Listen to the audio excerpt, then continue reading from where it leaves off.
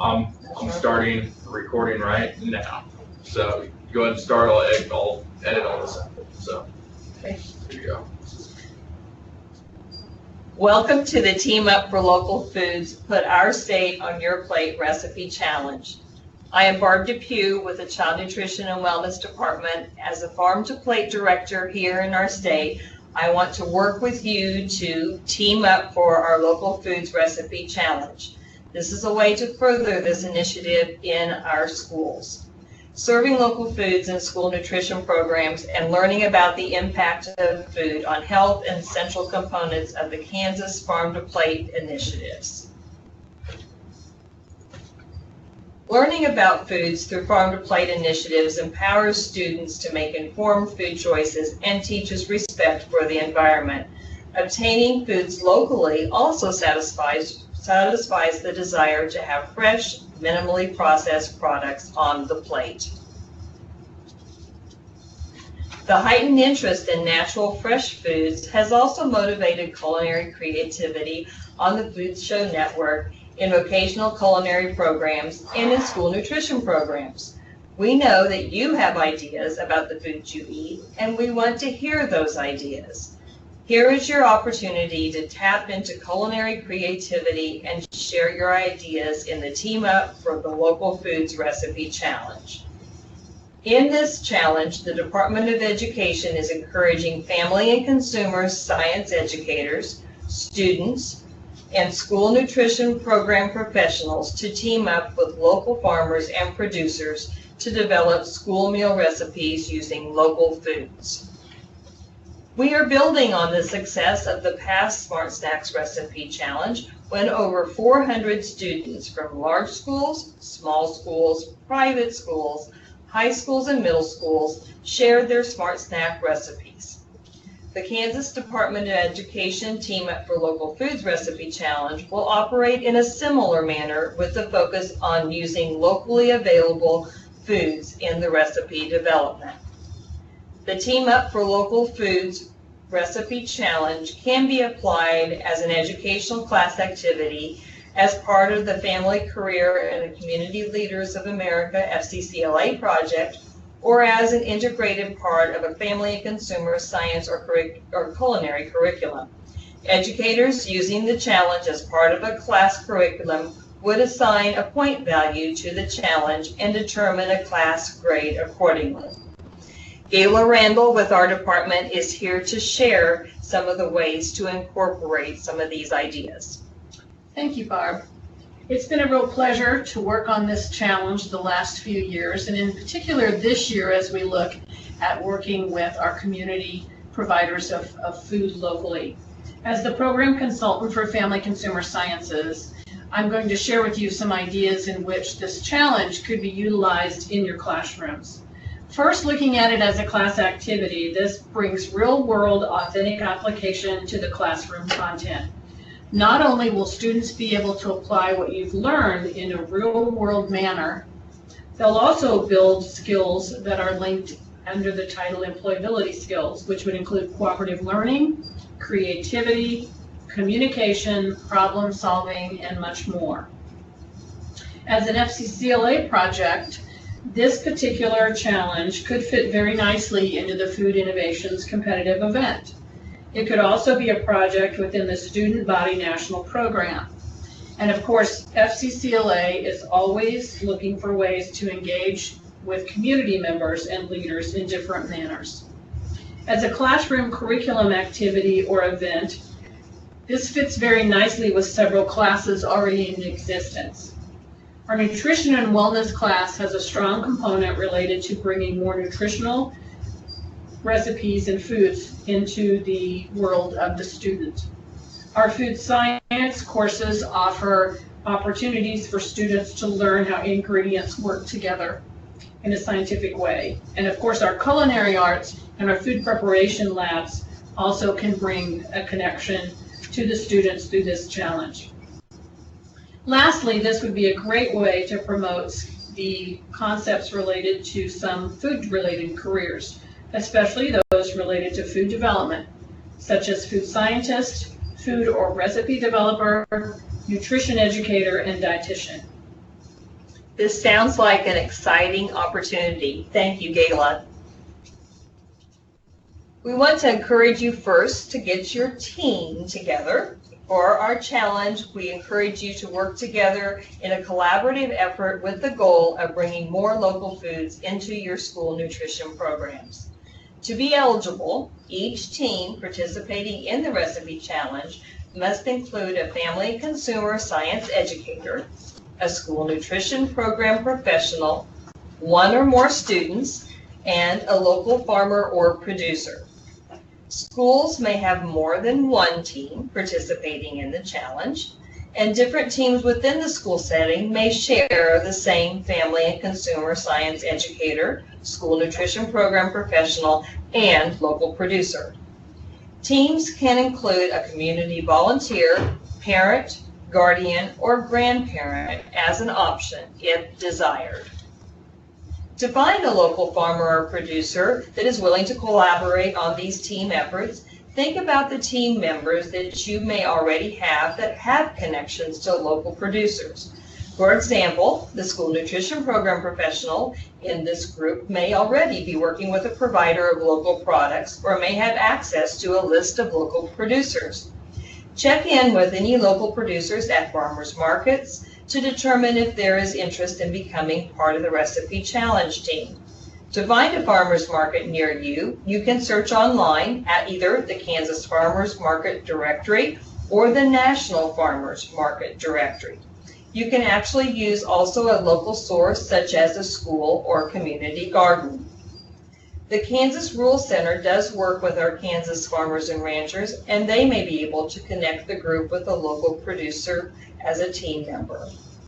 The Kansas Department of Agriculture and K-State Research and Extension offices have the staff who work with local food systems and can help make connections with your local producers. Your FFA, Future Farmers of America, personnel and volunteers may also be willing to work with you to create a local food recipe. Our Department of Education here at Child Nutrition and Wellness also has some resources such as a local food sourcing guide, and we can help find producers in schools to make that connection if needed. Here are some of the deadlines and timelines for the challenge. We did announce this at the state meeting for FCCLA in April of 2019. I hope some of you have already been thinking about ideas of how you might incorporate ideas into the food challenge. The recording that you're listening to now is going to be available, and so you will have that on YouTube to refer back to when you need to ask questions or learn more about it. And a commitment to participate in this challenge needs to be available and completed by October 14th of 2019. This commitment involves emailing your team name and a list of the team members to myself at bdepew@ksde.org by that date.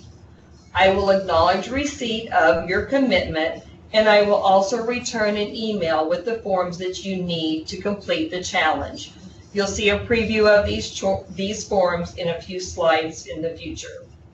And the deadline to submit the team entry with all the materials then also needs to be submitted to us at the Department of Education here by December 31st of this year. The recipe challenge entries that need to be submitted by December 31st include the Team Up for Local Foods, Put Our State on Your Plate entry form, a completed Team Up for Local Foods, Put Our State on Your Plate consent form for each team member, a compliant recipe in a standardized format, your taste testing results, and a photo of the menu item or a photo of the team with the menu item. As before, an award package for the top 3 winning teams will be a large banner to display at the school, chef coats for the students on the winning team, and we have training grants to attend the Kansas State Department of Education Child Nutrition and Wellness classes. An inclusion of your qualifying recipes will be put into a Team Up for Local Foods recipe file. To fully participate in the challenge, we do need consent from each of the team members. They need to agree to assign the non-exclusive right and permission to use, modify, publish, and distribute the team's entry in any printed form or other method of distribution. Each team member consents to the use of the winning team's name, likeness, voice, and/or biographical information for sharing this information with our other school programs. This consent form must be completed and signed by each team member. Students that are under the age of 18 years will need to obtain consent from their parent or guardian. In this case, the parent or guardian will sign the consent form on behalf of the participating student. Team members should work together to develop a school meal recipe using local foods. The teams may submit more than one recipe. The recipe can be a makeover of a current recipe or the original creation of the team.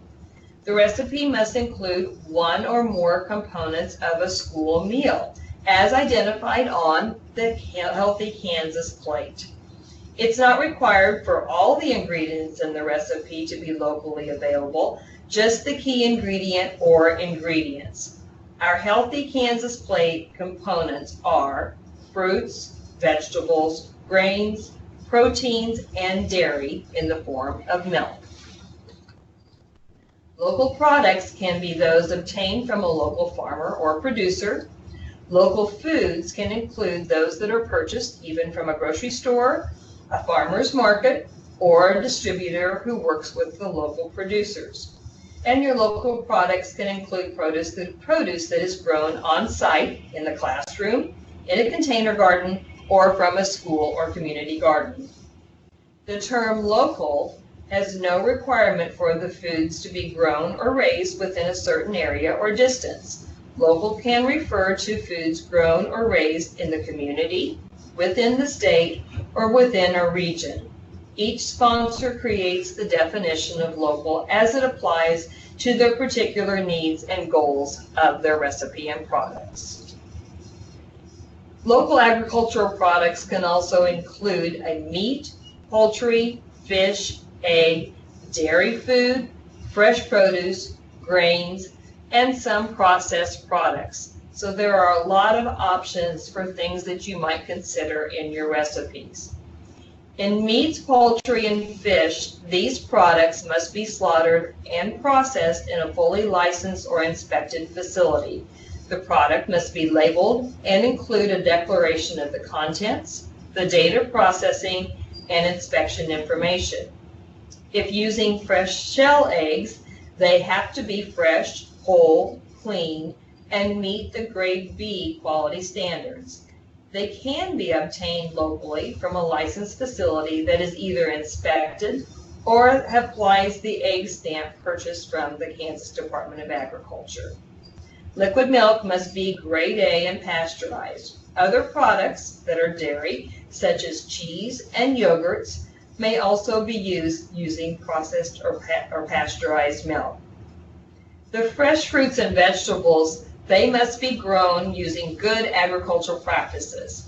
They should be close to their natural state, but you can purchase them in a cut, packaged, or frozen state.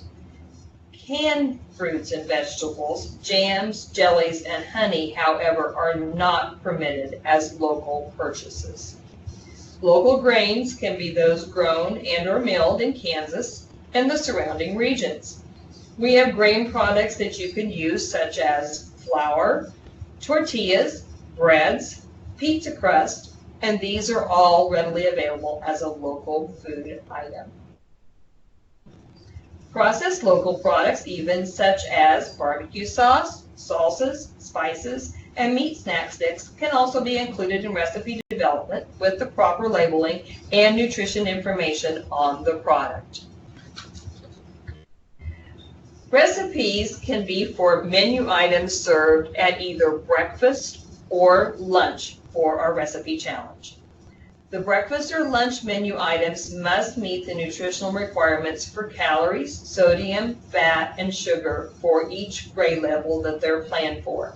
The school nutrition program professional on the team can assist with the understanding for these nutrition requirements for the meal components and the portioning of the recipe being developed. First, here is some breakfast nutrition standards. The breakfast meal includes an offering of a fruit, grain, and milk components. A meat or meat alternate protein component may be planned as an optional part of the breakfast meal. The recipe can be a mixed component menu item and include multiple components if desired. If your team is planning to develop a breakfast recipe, the end product must count toward the fruit or grain component, but can also include a meat or meat alternate ingredient if desired. Daily portions of a breakfast meal are shown on the chart in this slide. The nutrition requirements for a breakfast meal can be planned for the specific grade levels, or it can be a combined menu recipe item that is for grades K through 12. The calorie ranges, percent of calories from saturated fat, and sodium targets vary slightly among these grade levels, so a K through 12 meal pattern would follow the more strict standards. Next, we have the lunch nutrition standards. These include fruits, vegetables, grains, fluid milk, and proteins in the form of a meat alternate. If your team is planning to develop a lunch recipe, the end product must count toward either the fruit, vegetable, grain, or meat alternate component. The recipe can be a mixed component menu item and include multiple components if desired. Daily portions for a lunch meal are shown on the chart on the slide. Teams should plan the recipe for a specific grade level since nutrition requirements for a lunch meal do vary slightly among the grade ranges. Recipes must meet the nutrition requirements for calories, fat, and sodium for the grade level that they are planned for. Fruits in the school nutrition programs are measured in cups. A breakfast meal must include 1 cup or more of fruits. A lunch meal must include a half cup or more for the grades of K through 8 and 1 cup or more for grades 9 through 12. Dried fruit credits as twice the volume. So when dried fruits are served, a half cup will actually credit as 1 cup of fruit. The fruit component can be a fruit combination menu item and includes fresh, canned, frozen, or dried fruits. 100% fruit juice is also permitted on a limited basis. Vegetables in the school nutrition program are measured in cups. A lunch meal must include 3/4 cup or more for the grades K through 8 and 1 cup or more for grades 9 through 12. Leafy greens are credited at half of their volume. When leafy greens are served, a 2-cup portion of leafy greens actually credits as 1 cup of vegetable. The vegetable can be a vegetable combination menu item and include fresh, frozen, canned, or dried products. 100% vegetable juice is also permitted on a limited basis. Grains in school nutrition programs are measured in ounce equivalents. A breakfast meal must include 1 ounce or more of a grain equivalent. A lunch meal must include at least 1 or more ounces of a grain equivalent for grades K through 8 and 2 ounces of grain equivalent for grades 9 through 12. Grains can be enriched, whole grains, or a combination as long as at least half of the grains offered over the course of a week are for whole grains. Here are some examples of what compromises a 1 ounce grain equivalent in school nutrition programs. You'll see these on the slide. For more information on grain foods that you may be considering and what compromises an ounce equivalent, You are able to check out the USDA web-based interactive food buying guide for child nutrition programs. Meat alternates are the protein sources in school nutrition meal programs, and they are measured also in ounce equivalents. A breakfast meal can include a meat or meat alternate as an option if desired. A lunch meal must include at least 1 ounce equivalent of a meat alternate and up to 2 ounce equivalents of a meat alternate for grades K through 8. A lunch meal must include 2 ounce equivalents of meat alternate for grades 9 through 12. The meat alternates can be fresh, frozen, canned, dry, or dehydrated. On the slide are some examples of meat alternates that would be included. We have protein foods such as beef, pork, poultry, fish, dry beans, cheese, peanut butter, yogurt, eggs, nuts, or seeds. And if you need more information on any other protein foods that you would be considering and what were considered an ounce equivalent, check out, again, the USDA web-based interactive food buying guide for child nutrition programs for more information. On the slide, you see the digital food buying guide. This is a helpful resource to determine how a food item contributes to the meal pattern requirements. This food buying guide also provides information on the amounts to purchase for a standard recipe yielding a specific number of portions. Users can access the web-based food buying guide for child nutrition programs as either a guest or a registered user. Both registered users and guests are able to use the interactive tool to navigate food yields and determine component contributions. Registered users have the ability to save their work. To get started as a registered user, you click on the Create a Profile, and you will be ready to get set up as a user with a username and password. The recipes that you will be submitting for the challenge are required to be standardized.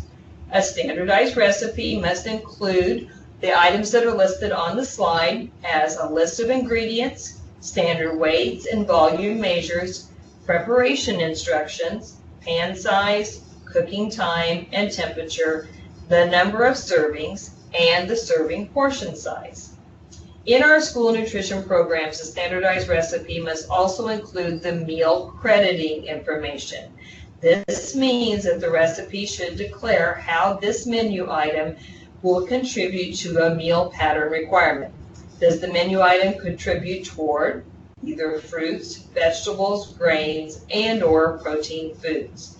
This food buying guide then can be a helpful resource for you with the help of your team school nutrition program professional to assist then in identifying the meal crediting information for the recipe you are planning. Here is a sample standardized recipe shown, and this is one that was submitted in a previous challenge. So the recipe is standardized. It does provide the information required so that we can produce the same quantity and quality of product each time it is prepared. This is the example of our standardized recipe form. You will receive one of these to be able to go ahead and submit for your challenge with the documents that are required when you accept the challenge. The teams again can use this form then to submit then your standardized recipe. Another document that we will need is a taste testing resource that we are providing here as an example. In the challenge, we want you to use skill developing and confidence building experience. So you will conduct a formal taste testing on your developed product. This can be done either with other class members, a small group of students, or even with the school or community members. These results should be tallied and reported along with your other challenge submissions. This sample form is one that was used for our past recipe challenges as an example, And you can also consider some ideas you may have, such as an electronic evaluation tool with printable results to be used as a submission. When you have all the recipe submissions and then you receive this information, we will evaluate these with our information we have here in compliance with nutritional requirements. These qualifying recipes will be produced, taste tested, and we will rate them by a judging panel that we have here in our department. Finally, the award winners will be announced by April 10th of 2020, and the incentives will be ordered at that time for you. So, as a recap then, we want you first to commit to take the challenge by October the 14th, and then plan to submit all your documents by December 31st of 2019. These documents then include the Team Up for Local Foods Recipe Challenge, Put Our State on Your Plate entry form for each participating member, and we also with each participating team. And then we also would need then the completed Team Up for Local Foods Recipe Challenge consent forms for each participating individual. A standardized recipe with the information including then your weights, measures, listing of your ingredients, any preparation directions, including pan sizes, cooking times and cooking temperatures, and the numbers of servings that each recipe will yield. We also will need your taste testing results, and finally the photos of the menu item or a team with your menu item then to be used then for our submission. This is an example of some of the forms that you will be receiving, and these are what we will need submitted then by December the 31st. These will be emailed to you once you commit to the challenge so that you will have this resource available to you. We hope that at this point you are considering and planning to participate in our challenge. If not, we want you to see that in the past we have had some very positive response from the students about the challenge. The quotes that are here on the slide, this real-life situation was a fun way to learn about nutrition and have a cooking project activity for our nutrition and wellness class. Another student's perspective was the teachers and school nutrition program staff have been awesome to work with. This is a great team challenge, a great team event to do. From the teachers, there are several comments here on the slide also that you will see of those that were involved in the past recipe challenge. They include, this challenge created a lot of excitement, so I hope there will be other opportunities, which we are giving you right now, to participate again in the future. It was a great learning experience for the kids. Thank you so much for sponsoring. We had such a great time. It was a great learning experience for the kids. Thank you so much for sponsoring. We had a great time. And this challenge fulfilled a real need in our school district and will also work to help define the students' final grades for the semester. And then we include the school nutrition program staff perspectives then from past challenges. And the school nutrition have said, I'm excited that our collaboration had impact. This was wonderful. I'm sure other states will want to do this too. Kansas schools have started a trend with this collaborative effort. Wow, this was awesome. What a great testament to what can happen when we collaborate. It was such a great learning experience for the kids. Thank you so much for sponsoring. We had such a great time working together. And of course, this year we will also have then the local producer farmer involvement and their perspectives. So this gives us an opportunity to advance the use of local foods in the school nutrition programs and includes another key team member, the local farmer or producer. We feel that with local foods in our wholesome meals served to students, it is a win-win-win. The students win, Working with local foods and making connections with local producers provides an opportunity for students to learn about food sourcing, nutrition, and health. Local farmers and producers win. Use of local foods in school nutrition programs gives local farmers and producers opportunities to sell their high-quality, nutritious foods to familiar people and places. And then also the communities win. Purchasing local foods will strengthen your local economy. They will encourage community engagement and advance wellness initiatives.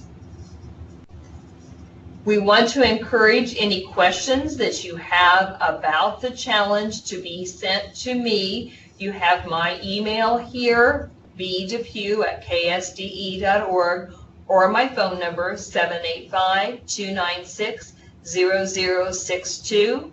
And Gayla will also welcome any questions that you have at her email, grandall@ksde.org, or the phone number of 785-296-4912.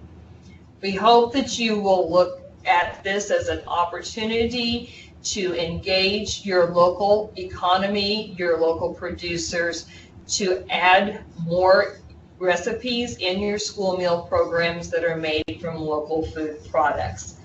So let's all get engaged and commit to take the local foods recipe challenge.